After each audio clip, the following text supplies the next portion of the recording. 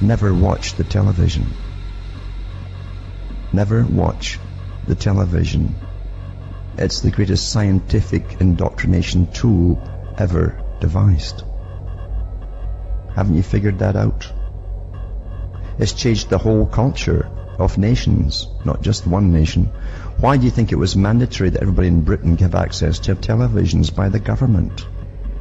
Why do you think China is under the same program to get everyone with a TV right now? Because they love to have you entertained. Do you really think that? And India is on the same route as well right now too. Most of your ideas and your opinions and how you emulate, because you emulate things, you mimic what you see. As Charles Galton, Darwin and others have said in the past. It becomes you, you become it. And that's what's happened. It's been very, very, very successful. Never watch the television. You can't watch a movie unless you do it critically. If you watch it critically, not there to enjoy it. Remember what they say, it's your emotions that get you on. And it's interwoven, all these emotional themes all through movies. You're played like a harp. And they embed ideas into you, along with the movies, and predictive programming too, so you'll accept that which is still to come. And you'll behave the same way as the characters in the movie when it comes. Oh well, what can you do? I'll just watch much music or television. Yeah. You're given a mind of your own, and you've got to use it for yourself. I mean, it is a fact that within minutes, you go into a dream brainwave when watching television. Go read a book by the father of modern advertising, Edward Bernays, where he calls you a dumb slave and admits they run your whole life. I've read both his major books. One of them's called Propaganda. Edward Bernays.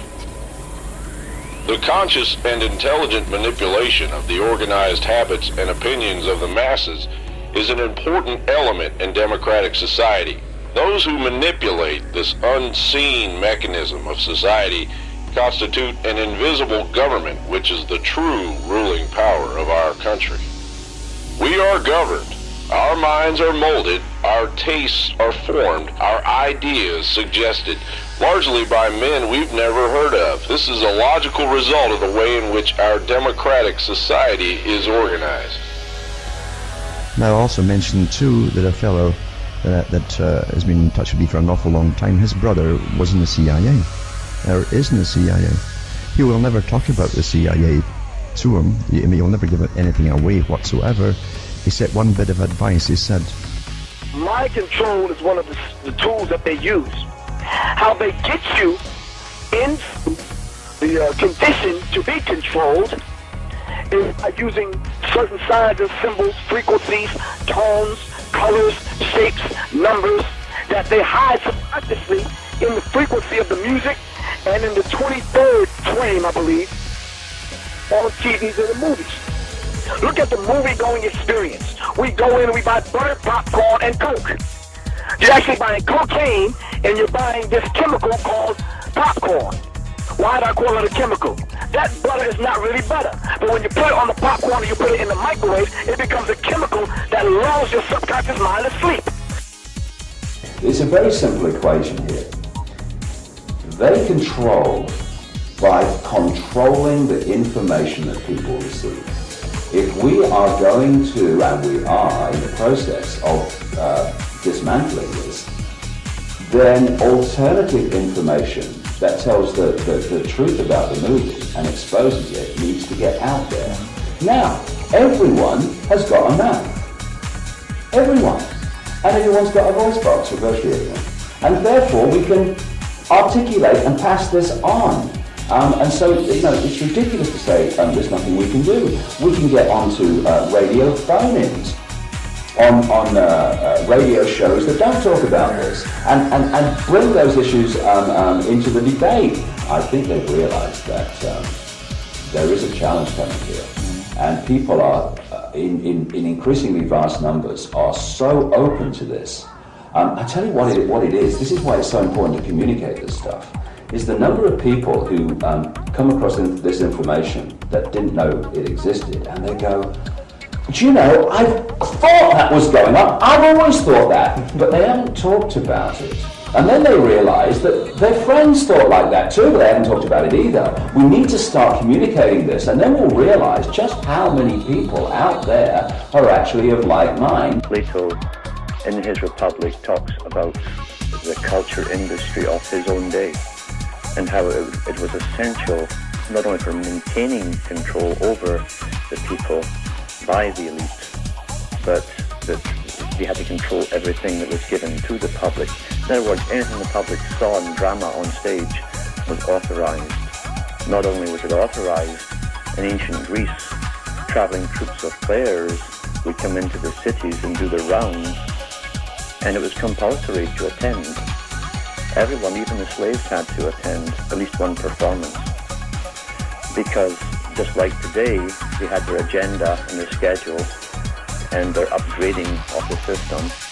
And it was done primarily through fiction, because the old saying is monkey see, monkey do. And we emulate what we see. And what's more interesting is the producers, the magicians, you might say, who understand and have a full grasp of what is to be conveyed to the audience, what messages must be imprinted in them, in their minds, and he knows the techniques and how to do this perfectly, a perfect science. Now what's interesting is that back in the 1960s, the Royal Institute of International Affairs and its American branch, Council on Foreign Relations, had one of their international meetings. They held it in England to decide which country, using its film industry, would create the international culture of the future. And this was in the newspapers back then. And it was ultimately agreed upon that Hollywood would be given the job to create the worldwide culture for the general public. So Hollywood, this amazing industry, probably one of the biggest exports now, maybe the only one left in the US apart from the military. Hollywood is called the Holywood. The Holywood, of course, is the staff of the Magi, of the Magus, the Grand Magus in the occult. He waves a wand and everything is altered, changed. He casts a spell.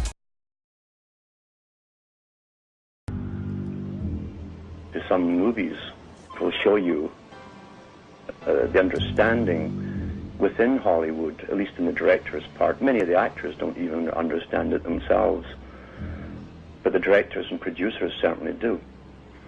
And some of the bigger ones are given the information and they're advised on how to get it across to the public. It's not that they have geniuses within Hollywood, per se. It's because their job is to program us as we go into the future, always. Hollywood has been an essential part of government, especially in the United States. The movie industry is there to indoctrinate you into possibilities, which you swallow as possibilities, and then they actually come out in reality. This technique has been used very effectively since the BBC, in fact, first started up as a radio station for World War I, and they used plays and dramas in serial form, so that you should tune in every day to get the next part of the exciting story, and it always made sure that it was a cliffhanger at the end of the hour, and then sure enough everyone tuned in the next day at the right time.